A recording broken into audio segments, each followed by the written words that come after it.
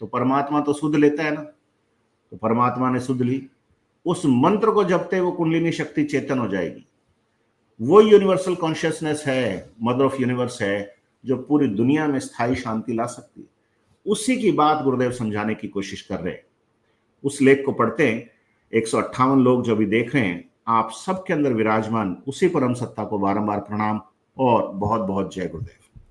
क्या बुलवा रहे हैं तो मैं नहीं जानता हूं, बाद में सुनूंगा, लेकिन अभी फिलहाल गुरुदेव का जो लेख है उसको अपन सुनने की कोशिश करते हैं। बहुत अच्छी जानकारी इसमें है, समझे उसके लिए।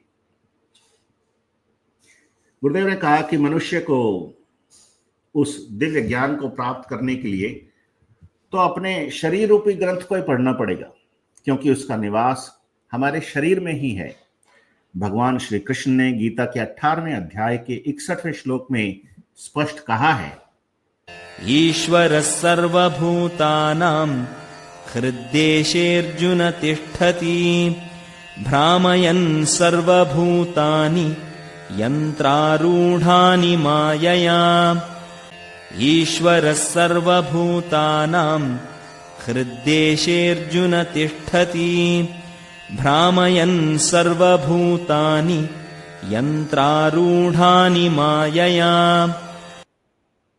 हे अर्जुन, शरीर रूपी यंत्र में आरूढ़ हुए संपूर्ण प्राणियों को अंतर्यामी परमेश्वर अपनी माया से भरमाता हुआ सब भूत प्राणियों के हृदय में स्थित है। ईसाइयों के पवित्र धार्मिक ग्रंथ बाइबल में भी इस संबंध में 2 कुरिन्थियों के अध्याय 6 वर्ष 16 में स्पष्ट कहा है। और मूर्तों के साथ परमेश्वर का क्या संबंध, क्योंकि हम तो जीवते परमेश्वर के मंदिर हैं। जैसा परमेश्वर ने कहा है कि मैं उनमें बसूंगा और उनमें चला फिरा करूंगा, मैं उनका परमेश्वर होऊंगा और वो मेरे लोग होंगे। यीशु मसीह सहित संसार के प्राय सभी भविष्यद्रष्टाओं ने एक स्वर में यही कहा है कि 20वीं सदी का आखिरी दशक संसार में अभूतपूर्व क्रांतिकारी परिवर्तन लावेगा। सभी ने एक स्वर में भविष्यवाणी की है कि 21वीं सदी में भारत अपने स्वर्ण युग में पुनः प्रवेश कर जाएगा और धर्म और कर्म के क्षेत्र में संपूर्ण विश्व का नेतृत्व करने लगेगा।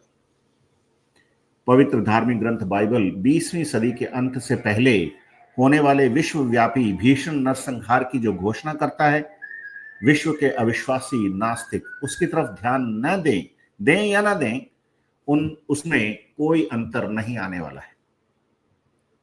क्या मृत्यु ने कभी किसी को माफ किया है? काल चक्र अनादि काल से सबको निगलता आया है और निगलता रहेगा। उस निर्दोष पवित्र आत्मा यीशु मसीह ने प्राण रक्षा के लिए कैसी करुण पुकार की थी, परंतु फिर भी क्या वह अपने प्राण बचा सका? तब उसने कहा, मेरा जी बहुत उदास है, यहां तक कि मेरे प्राण निकलना चाहते हैं। तुम ठहरो और मेरे साथ जागते रहो। फिर वह थोड़ा और आगे बढ़कर मुंह के बल गिरा और यह प्रार्थना करने लगा कि हे मेरे पिता, यदि हो सके तो यह अर्थात मृत्यु का कटोरा मुझसे टल जाए, तो भी जैसा मैं चाहता हूं वैसा नहीं, परंतु जैसा तू चाहता है वैसा ही हो। बाइबल अपनी भविष्यवाणियों के संबंध में स्पष्ट कहती है कि प्रभु का दिन चोर की नाई आवेगा। उन दिनों में कितना भयंकर संकट होगा उस संबंध में कहा है, क्योंकि वे दिन ऐसे क्लेश के होंगे कि सृष्टि के आरंभ से जो परमेश्वर ने सृजी है अब तक न तो हुए और न फिर कभी होंगे। और यदि प्रभु उन दिनों को न घटाता तो कोई भी प्राणी न बचता, परंतु उन चुने हुओं के कारण जिनको उसने चुना है उन दिनों को घटाया है। उन दिनों में मानव को कितना भयंकर कष्ट होगा उसका अंदाजा बाइबल की निम्नलिखित पंक्तियों से लगाया जा सकता है कि उन दिनों में मनुष्य मृत्यु को ढूंढेंगे और ना पाएंगे और मरने की लालसा करेंगे और मृत्यु उनसे दूर भागेगी। बाइबल का उपर्युक्त वर्णन कितना दिल दहलाने वाला है, कहने की आवश्यकता नहीं। परंतु इस पवित्र ग्रंथ को मानने वालों की वस्तुस्थिति को ध्यान से देखा जाए तो ऐसा लगेगा कि अब प्रलय का समय अधिक दूर नहीं है। धार्मिक स्थानों में जो कुछ भी होता है उस पर कितने सुंदर ढंग से पर्दा डाला गया है। परमेश्वर का परिवार पापियों से मिलकर बना है। यदि आप परमेश्वर के परिवार के लोगों में पूर्ण या लगभग पूर्ण लोगों को देखने की अपेक्षा करते हैं तो आपको निराश होना पड़ेगा। यह कलयुग के गुण धर्म के कारण है। प्रायः संपूर्ण विश्व की एक जैसी ही स्थिति है।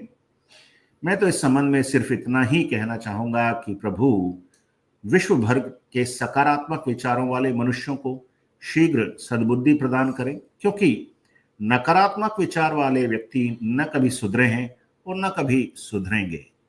रावण, कंस, दुर्योधन आदि अनेक उदाहरण हर युग में मिलेंगे। तो ये गुरुदेव का वो लेख आज पूर्ण हुआ, विश्व शांति। और बहुत गहरा इसका संबंध है कि एक साधारण से मंत्र को जपने से कहां से विश्व में शांति आ जाएगी, लेकिन इसको अगर आप लॉजिकली समझो तो डेफिनेटली ये प्रैक्टिकली संभव है कि वो विश्व शांति आ जाए और जल्दी आ जाए। अब देखते हैं कि गुरुदेव एग्जैक्टली इस दूसरे हिस्से में हमको क्या समझाना चाहते हैं। बहुत गहरी बात है। लोग सोचते हैं कि गुरुदेव ने यूं ही जुमला कह दिया होगा कि शरीर रूपी ग्रंथ पढ़ना सिखाऊंगा, लेकिन उसके पीछे जो तर्क दिया गुरुदेव ने वो कृष्ण की बात लेकर के दिया है। कृष्ण ने कहा है कि मैं सब आत्माओं में के हृदयों में आरूढ़ हूं। अंतर्यामी परमेश्वर जो है वो अपनी माया से सबको भरमाता फिरता है, लेकिन हूं मैं सबके अंदर ही, तो बाहर तो कुछ नहीं है। इसलिए गुरुदेव ने कहा कि उसी परमात्मा को समझने का विज्ञान है ये अध्यात्म विज्ञान जिसको कहते हैं। तो ये शरीर जो लिए बैठे हैं यही किताब है। ये शरीर नहीं होगा तो उसके अंदर का परमात्मा भी नहीं है। वो शरीर को समझ लोगे, इस शरीर रूपी ग्रंथ को पढ़ लोगे तो अंदर परमात्मा मिल जाएगा। फिर दोबारा शरीर नहीं बनना पड़ेगा, ना मृत्यु होगी ना जन्म होगा। इसी का नाम मोक्ष है। अब मोक्ष ऐसे तो मिलता नहीं है। कोई अमेज़न पे आप सर्च करो मोक्ष, किताबें तो खूब मिल जाएंगी, मोक्ष नहीं मिलता है। मोक्ष मिलता है गुरु के शरण में जाने से, गुरु के द्वारा बताए गए मार्ग पर चलने से। तो जो मंत्र गुरुदेव ने बताया उसको जपोगे तो इसी जन्म में आप जीते जी अमर हो जाओगे। उसी को मोक्ष कहते हैं। कुंडलिनी मूलाधार से उठ के सहस्रार में पहुंच जाए, शक्ति का शिव से मिलन हो, राधा का कृष्ण से मिलन हो जाए, तो वो कबीरदास जी वाली बात बिल्कुल सच हो जाएगी। स्वामी संग लगाए।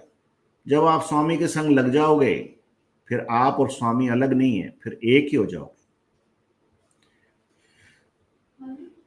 अब इसी बात को प्रूव करने के लिए गुरुदेव ने ईसाइयों के पवित्र धार्मिक ग्रंथ बाइबल की भविष्यवाणियां जो है बाइबल से लिया है, मतलब उस अपनी किताब में भी गुरुदेव ने इसका जिक्र किया है, इंग्लिश में हिंदी में दोनों में किया। ये लेख उसी से निकला हुआ लेख है। उसमें भी स्पष्ट किया है कि और मूर्तों के साथ परमेश्वर का क्या संबंध। ये जो बाहर मूर्तियां पूजते फिर रहे ना, खूब बड़ी बड़ी मूर्तियां बनाई जा रही, बड़ी बड़ी परमात्माओं की, मतलब ऐसा सूक्ष्म है, उसको अंदर महसूस कर लो तो वही विराट रूप में दिखेगा। बाहर आप उसको मतलब लिटरली विराट रूप में बनाने की कोशिश कर रहे हो, कोई फर्क नहीं है। उस पर कबूतर ही बींट करते हैं, विराट रूप वालों पे ज्यादा करते हैं। तो मूर्तों के साथ परमेश्वर का कोई संबंध नहीं है, क्योंकि हम सब जीवते परमेश्वर के मंदिर हैं। गुरुदेव ने कहा बाइबल का उदाहरण देकर के कि ईश्वर कहता मैं उन सब में बसूंगा और उन्हीं में चला फिरा करूंगा। मैं उन सब का परमात्मा हूं और वो सब मेरे लोग होंगे। तो वही बात गीता में कही, वही बात यहां कह दी।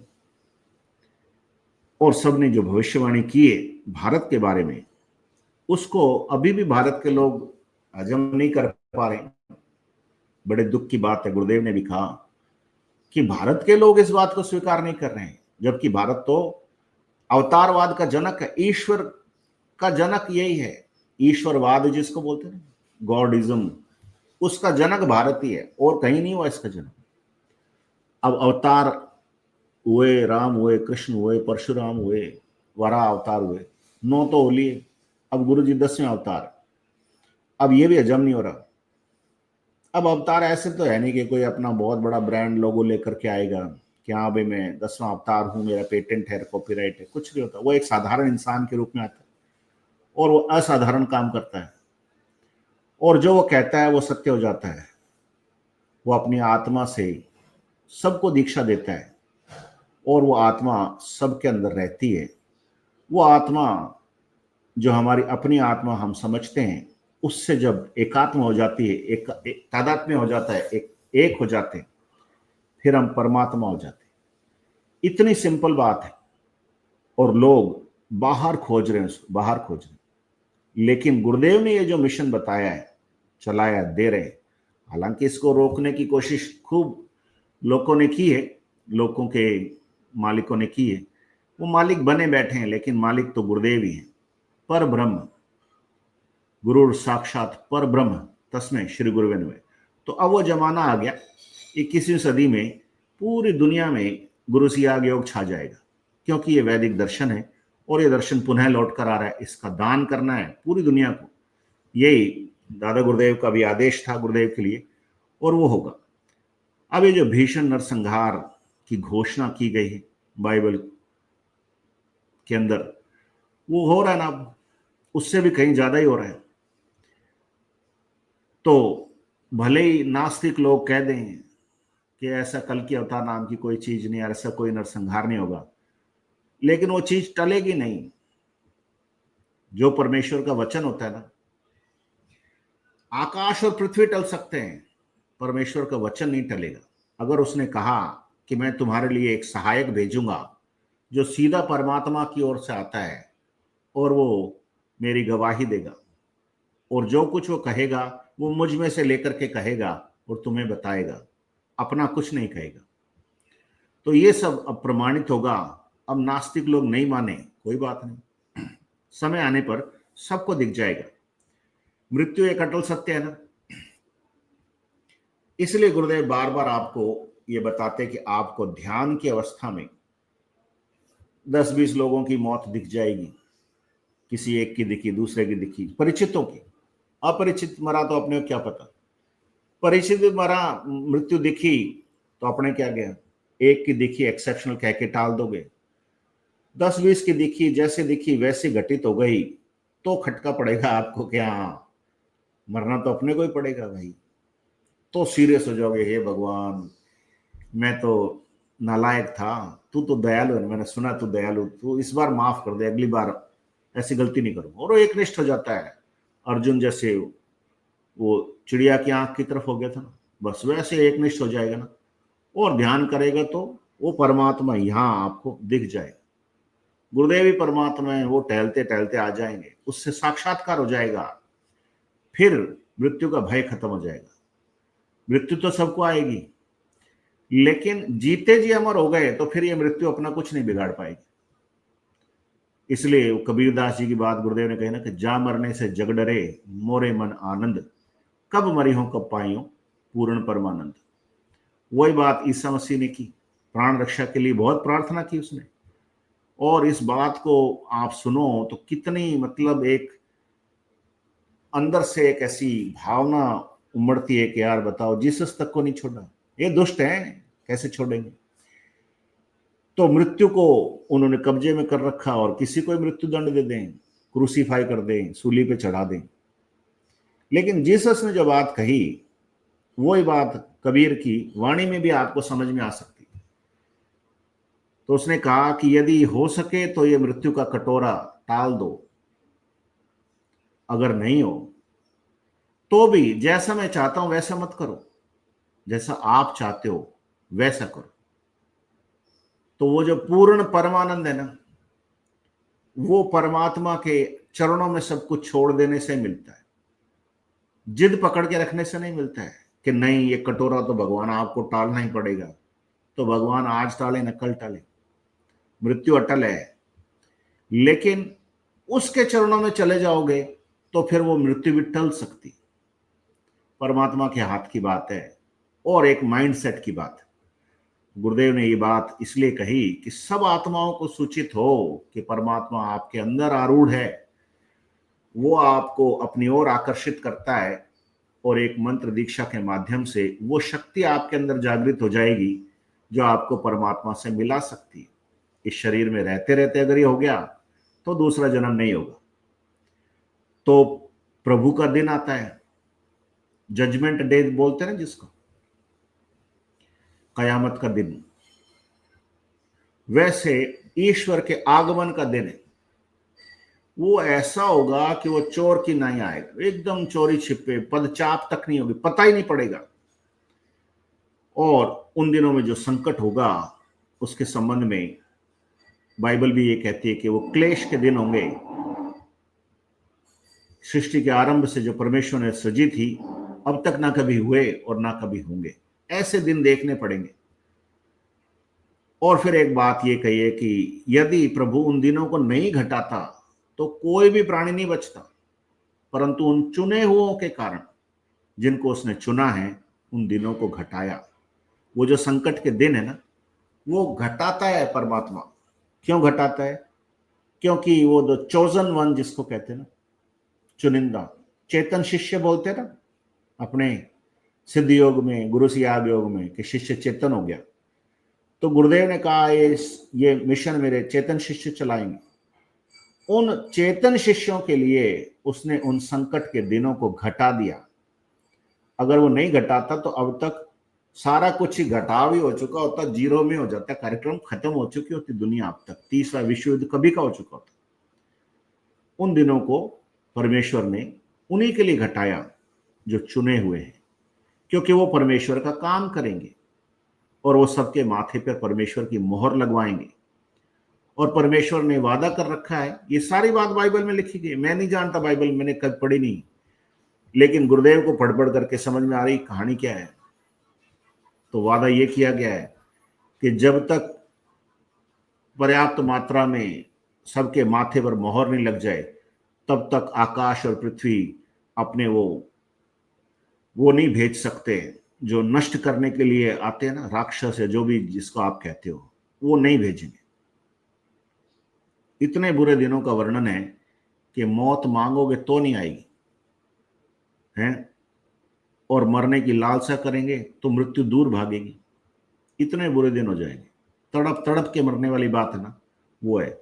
अब कहाँ तो विश्व शांति की बात हो रही है और कहाँ इतने बुरे दिन देखने पड़ रहे हैं। इन सब से बचा जा सकता है अगर चुने हुए लोगों की बात सुन लो, जो ईश्वर द्वारा चुने गए हैं। ईश्वर ने जिनको चुन करके भेजा है और परमात्मा का संदेश देने के लिए भेजा है, अगर उनको सुन लेंगे तो ये दिन और भी कम हो जाएंगे। फिर कोई संकट नहीं है, विश्व में स्थायी शांति आ जाएगी। लेकिन अब जो ईसा मसीह को मानने वाले हैं उनका यही हाल हो रखा है। भूत सवार रखा है, मतलब खून सवार हो रखा है एक धर्म का के खिलाफ दूसरे धर्म वालों को।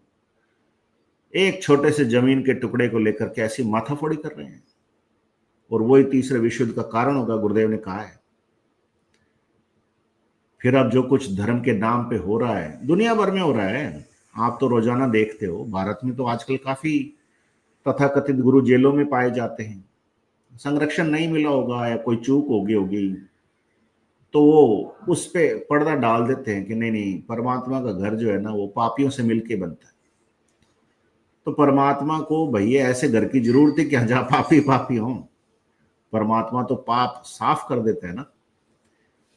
तो आप अगर किसी को ढूंढोगे कि कोई बहुत ही दूध का धुला हुआ हो तो कोई नहीं मिलेगा। केवल गुरुदेव ही हैं जो निष्कलंक हैं, क्योंकि वो कल के अवतार है और वो वही सहायक है। वो अपने जैसा करने की सामर्थ्य रखते हैं, उनकी तस्वीर में इतनी पावर है कि वो आपको वैसा ही कर लेंगे। ये बात मेरे समझ में आई। कलयुग के गुण धर्म के कारण सब कुछ खराब हो गया, लेकिन आप यकीन मानो कि जो संवाद कल हुआ उससे तो उनको भी सूचना चली गई है कि सतयुग आ गया है। 15 जनवरी सन 2020 से सतयुग आ गया है। अब गुरुदेव की इस अगम की धारा को कोई नहीं रोक सकता, कोई नहीं रोक सकता। और गुरुदेव की तस्वीर नहीं मरेगी, तस्वीर नहीं मरेगी। तो गुरुदेव सब सकारात्मक विचार वाले लोगों को आह्वान करते हैं कि उनको सद्बुद्धि दे परमात्मा और सही रास्ते पे लगाए। और बाकी जो हैं वो तो चलते रहते हैं, कोई दिक्कत नहीं। लेकिन यहाँ गुरुदेव ने दुर्योधन की बात की, तो ये बात तो सन 1997 के आसपास की लिखी गई है, लेकिन दुर्योधन हमारे ऑफिस में ध्यान केंद्र पे आया 2025 में। दुर्योधन ही था, आत्माएं तो हैं, शरीर तो खत्म होगी, किसी में आकर के बात किया। तो गुरुजी एक तो कैंडिडेट खत्म ही हो गया आपका, दुर्योधन तो लाइन पे आ गया मेरे हिसाब से। अब रावण और कंस अगर कुछ हैं बच्चे खुचे तो वो भी आ जाएंगे, एक दिन आएंगे सारे। ब्रह्मा विष्णु महेश के पिताजी जब बुलाते हैं फिर कोई रोक नहीं सकता, सबको आना पड़ता है, हाजिरी सबकी लगती है, एब्सेंट कोई नहीं हो सकता। इन्हीं के चरणों में सबको आना है और सब आएंगे। तो ये आज की बात, जितना बुलवाया गुरुदेव ने, जैसा बुलवाया। और सेशन शुरू होने से पहले गुरुदेव ने कहा था कि ये बहुत ही अलग सेशन होगा, तू भी याद रखेगा। तो मैं तो याद रख रहा हूं, मैं तो गुरुदेव के चरणों में बैठा हूं। 157 लोग जो आप भी देख रहे हो, आप सबको भी बहुत बहुत धन्यवाद कि आपने परमात्मा की बात सुनी, ये सत्संग सुना। अब अपन गुरुदेव की आवाज में वो मंत्र सुनेंगे जिससे सब परिवर्तन आता है। हरिनाम का जाप करने से कष्टों का अभाव हो जाता है और बिना हरि नाम के कोई योग सिद्ध नहीं होता है।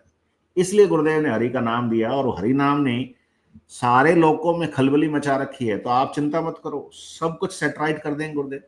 आप तो नाम जपते रहो, जितना ज्यादा जपोगे उतनी जल्दी आपके सारे फांस कट जाएंगे, सारे बंधन कट जाएंगे। तेल की धार की तरह जपो और जैसा गुरुदेव ने बताया वैसा जपो। समझे ना? तो अब मैं आपको मंत्र बता दूं, आप उसको खुला बता सकते हो जिसको चाहो। अब ये लाइव हो गया, पूरे आपके रिश्तेदारों को बताइए जो मैं अभी बता रहा हूँ, इसमें आप कोई रोक नहीं है। हर जाति के लोगों को बताइए। वैसे में आपके कोई लोग है तो उनको लिख के भेज दीजिए, अभी दीक्षा के पेपर आपको बन जाएंगे।